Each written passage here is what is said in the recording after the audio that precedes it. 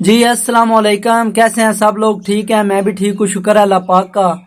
जैसा कि आप लोग जानते हैं कि मैंने एक सीरीज शुरू की हुई है जिसमें मैं आप लोगों को पाकिस्तान से इटली की डंकी लगाने वालों की रियल स्टोरीज आप लोगों के साथ शेयर करता हूँ। लास्ट वाली वीडियो में मैंने आप लोगों को उस रास्ते के बारे में बताया था जिस रास्ते से ज्यादातर लोग इटली की डंकी लगाते हैं, और उस रास्ते पर कितने ज्यादा लोग हर साल मारे जाते हैं। उस रास्ते पर एजेंट लड़कों को डंकी लगवाने के कितने पैसे लेते हैं, और उस रास्ते पर जाने वाले ज्यादातर लोग माल्टा कंट्री ही क्यों उतर जाते हैं, वो रास्ता किस कंट्री से होकर गुजरता है। अगर आप लोगों ने मेरी वो वीडियो नहीं देखी तो लिंक डिस्क्रिप्शन में है, आप लोग वहां से जाकर वो वीडियो देख सकते हैं। अगर आप लोगों ने मेरी सारी वीडियोस नहीं देखी जो अब तक मैंने इस चैनल पर अपलोड की हैं, उन सब वीडियोस का लिंक डिस्क्रिप्शन में है, आप लोग वहां से जाकर वो वीडियोस भी देख सकते हैं।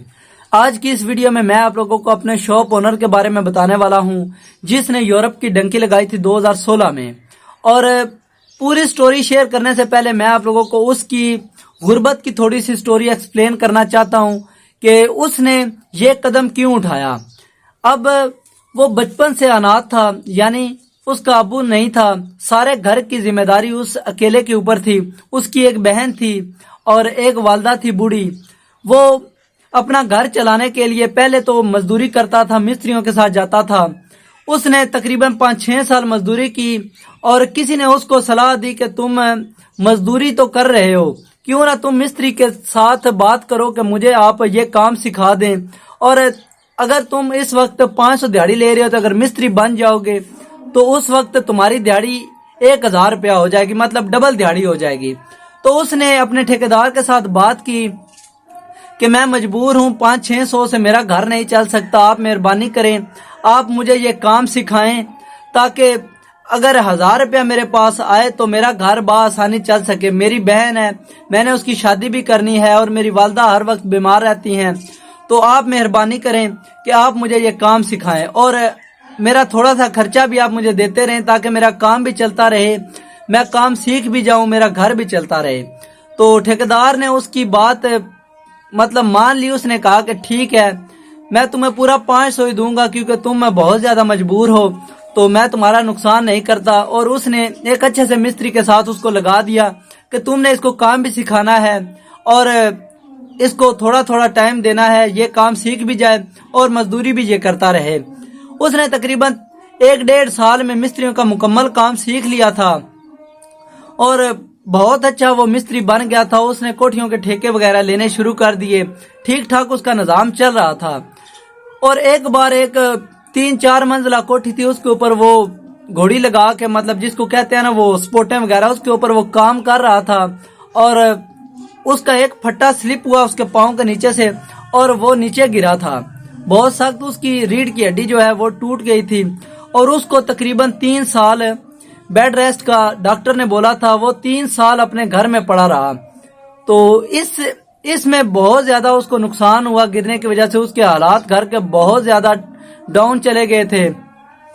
और 3-4 साल के बाद जब वो ठीक हो गया, उसने फिर काम पर जाने की सोची तो डॉक्टर ने उसको मना कर दिया कि अब तुम ये मिस्त्रियों वाला काम नहीं कर सकते, अगर करोगे तो तुम्हारा फिर से वो मसला बन सकता है, तुम्हारी रीढ़ की हड्डी जो है वो हिल सकती है। और इस वजह से डॉक्टर ने उसको मना कर दिया कि अब तुम ये काम नहीं कर सकते। उसका एक दोस्त था वेल्डर, उसने उससे बात की कि यार मुझे वेल्डिंग का काम सिखाओ, क्योंकि वेल्डिंग का काम जो है ज्यादातर वेल्डर जो है वो जमीन के ऊपर सपोर्ट वगैरह लगा के इतना ऊपर जो है वो एक स्टेप उन्होंने बनाया होता है, स्टैंड जिसको बोलते हैं, उसके ऊपर वो खड़े होकर काम करते हैं, वो झुकना नहीं पड़ता, सारा औजार वगैरह वो साथ ही रखे होते हैं। और उसके दोस्त ने उसको वो काम सिखाया।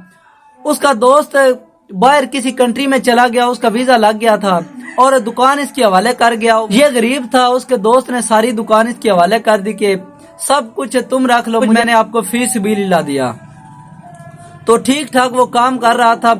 मैंने मैट्रिक की थी तकरीबन 2015 में और मैंने उस शॉप पर काम करना शुरू किया। मेरा एक दोस्त उस वक्त काम करता था उस शॉप पर, खुरम नाम का, तो वो उस दुकान पे काम करता था। मैंने उसको बात की कि यार मैंने ये वेल्डिंग का काम सीखना है, तो आप अपने नायक से बात करें। ये जो दुकानों के शॉप ओनर है ज्यादातर पंजाबी में उनको नायक ही बोला जाता है, تو میں نے اس کو کہا کہ یار اپنے نائک سے بات کرو کہ مجھے کام پر رکھ لیں. اس نے کہا کہ نائک سے کیا بات کرنی ہے, تم صبح آ جانا.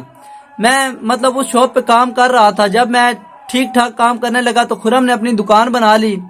تو وہ تو دکان چھوڑ کر چلا گیا. 3-4 اور شاگرد تھے. میں ٹھیک ٹھاک الحمدللہ کام کر لیتا تھا. تو ساری دکان کی ذمہ داری میرے پہ آ گئی. ان شاگردوں کو کام بھی سکھانا تھا. نیک جو وہ پیمائشیں لے کے آتا تھا. نیک مجھے بتاتا تھا اس طرح کا گیٹ بنانا ہے, اس طرح کی گرل بنانی ہے. تو یہ ساری ذمہ داری دکان کی میرے اوپر آ گئی تھی. صبح 8 بجے جانا, رات کو 10-11 بجے آنا, جمعرات کے دن تقریباً 12-1 بجے آنا. میں بہت زیادہ اس کام سے تنگ بھی آ گیا تھا, مگر مجھ سے زیادہ وہ بندہ تنگ تھا. ایک تو اس کے اوپر اتنا زیادہ قرض آ گیا تھا کہ جب اس کے نام پر کوئی بھی چیز مارکیٹ سے لینے جاتے تھے تو وہ پہلے نمبر پر بولتے تھے کہ اس کا بھائی بہت زیادہ قرضہ ہے, اس وجہ سے ہم آپ کو سامان ادھارا نہیں دے سکتے. آپ اپنا پہلے پچھلا ادھار کلیئر کروائیں, اس کے بعد آپ کو نیا سامان ملے گا, نہیں تو آپ کو سامان نہیں ملے گا. وہ اس قرضے کی وجہ سے اتنے زیادہ تنگ تھا کہ اس کے گھر کے حالات جو ہے وہ شاپ ہونے کے باوجود بھی صحیح نہیں ہو رہے تھے. اس نے پھر ایک پلان بنایا. تو اس نے اپنے 10-15 دوستوں کو کہا کہ مجھے آپ لوگ جتنی گنجائش ہے آپ کے پاس 20,000 30,000 1 لاکھ 1.5 لاکھ جس کے پاس جتنی بھی گنجائش ہے, مجھے آپ لوگ پیسے ادھارے دیں. میں نے اپنی دکان بڑی کرنی ہے اور جب میرا کاروبار ٹھیک ہو جائے گا میں آپ کو پیسے آپ کے ٹائم پر دے دوں گا. تو دوستوں نے اس پر یقین کر لیا اور اس کو پیسے دیے. اس کے پاس تقریباً 10-15 لاکھ آ گئے تھے. اور میں اس وقت نیٹ چلاتا تھا, وہ اس کے پاس بٹنوں والا موبائل تھا. تو اس نے کہا کہ مجھے کوئی اچھا سا کنٹری بتاؤ جس کنٹری میں زیادہ بندہ پیسے کما سکتا ہے. تو سب لوگ جانتے ہیں کہ یورپ جو ہے پیسہ کمانے کے حوالے سے سب سے پہلے نمبر پر آتا ہے. عرب ممالک میں بھی پیسہ کمایا جا سکتا ہے, مگر وہاں پر گرمی ہونے کی وجہ سے زیادہ تر لوگ یورپ کا رخ کرتے ہیں. جو لوگ بائی ایئر یورپ نہیں جا سکتے وہ اللیگل طریقے سے یورپ جاتے ہیں. تو اس نے بھی اللیگل طریقے سے ہی یورپ جانا تھا. تو میں نے اس کو بتایا کہ 3-4 کنٹریاں ایسی ہیں جن میں بہت زیادہ پیسے کمائے جا سکتے ہیں. ایک میں نے اس کو بتایا تھا اٹلی, دوسرا اسپین, تیسرا جرمنی. اس نے اپنے مائنڈ میں سلیکٹ کر لیا تھا کہ اس نے اٹلی میں جانا ہے. اس کا ایک دوست ایسا تھا جس کے پاس ایجنٹوں کے نمبر ہوتے تھے اور اس کا کاروبار کچھ اس طرح کا چلتا تھا کہ وہ ایجنٹ کا نمبر دے کر لوگوں سے پیسے لیتا تھا. یعنی ایک ایجنٹ کا نمبر دینے کا وہ 1,000 روپیہ چارج کرتا تھا. جس بندے کو بھی وہ نمبر دیتا تھا اس کو وہ بولتا تھا کہ 1,000 روپیہ لگے گا, میں اچھے سے ایجنٹ کا آپ کو نمبر دوں گا اور اس سے آپ کا رابطہ کرواؤں گا اور آپ کی ڈیل بھی میں ڈن کرواؤں گا اگر آپ نے چاہا تو. اس نے اپنے دوست سے نمبر لیا اور ایجنٹ سے بات کی. ایجنٹ نے کہا کہ آپ نے کس کنٹری میں جانا ہے, تو اس نے اس ایجنٹ کو بتایا کہ میں نے اٹلی جانا ہے. تو ایجنٹ نے کہا کہ آپ کس علاقے سے تعلق رکھتے ہیں, تو اس نے بتایا کہ میں پنجاب سے ہوں.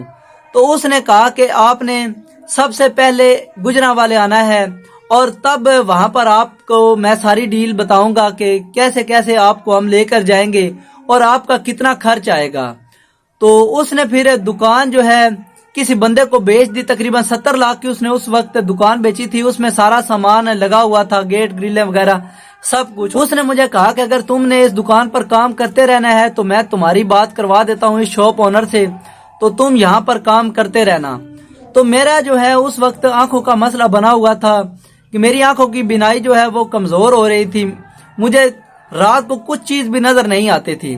تو میں نے اس کو کہا نہیں, جتنے دن میں نے لگا لیا یا جتنے سال میں نے لگا لیا مجھے یہ بہت ہے, میں اب یہ کام خود بھی چھوڑنے والا ہوں. اس نے کہا کہ مجھ پر اپنے سارے حق حلال کرنا اور مجھ پر راضی رہنا. اب میں ڈنکی لگا کر یورپ جا رہا ہوں, تو اب جو ہے مجھ پر تم راضی رہنا اور کسی بندے کو میرے بارے میں بتانا نہیں. اگر کوئی بندہ پوچھے وہ کہاں گیا ہے تو تم نے کہنا ہے وہ شہر سے باہر گیا ہے, کچھ دنوں میں واپس آ جائے گا.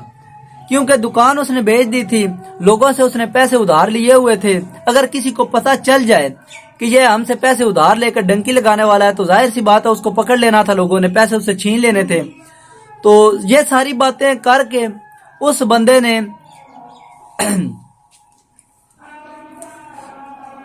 یہ ساری باتیں کلیئر کر کے سب لوگوں سے اس نے میل ملاپ کیا. سب رات کو وہ گجرانوالے چلا گیا اور ایجنٹ سے ملاقات ہوئی اس کی.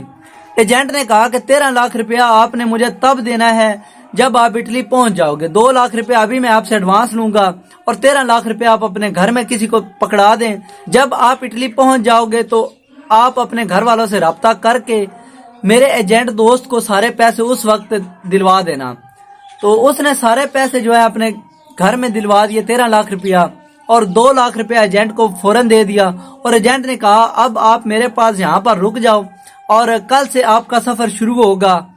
और कल उसके साथ क्या हुआ, किस रास्ते से उसको ले जाया गया और उसके साथ एजेंट ने फिर रास्ते में क्या क्या किया, उसको रास्ते में मारा गया, कितना ज्यादा उसके साथ जुल्म किया गया, उसमें क्या ट्विस्ट था, ये सारी स्टोरी मैं आपको कल की वीडियो में एक्सप्लेन करूंगा। और उस बंदे के साथ आगे क्या हुआ, क्या वो यूरोप पहुंचा, अगर पहुंचा तो वो किस हालत में यूरोप पहुंचा था और उसके साथ लेडी ऑफिसर ने क्या किया। अगर आप लोगों ने मेरी यहाँ तक वीडियो देखी है तो मेरी वीडियो को लाइक कर दें और मेरी वीडियो उन दोस्तों के साथ शेयर जरूर करें जो कि डंकी लगाना चाहते हैं, ताकि उनको भी इन रास्ते की मुश्किलात का इल्म हो सके। अगर आप लोगों ने मेरे चैनल को सब्सक्राइब नहीं किया हुआ तो मेरे चैनल को सब्सक्राइब कर लें, बेल आइकन को प्रेस करें ताकि तमाम मालूमाती वीडियोस आप तक बर वक्त पहुंचती रहें। नेक्स्ट वीडियो तक मुझे दें इजाजत, तब तक अपना रखें ख्याल। अल्लाह निगहबान।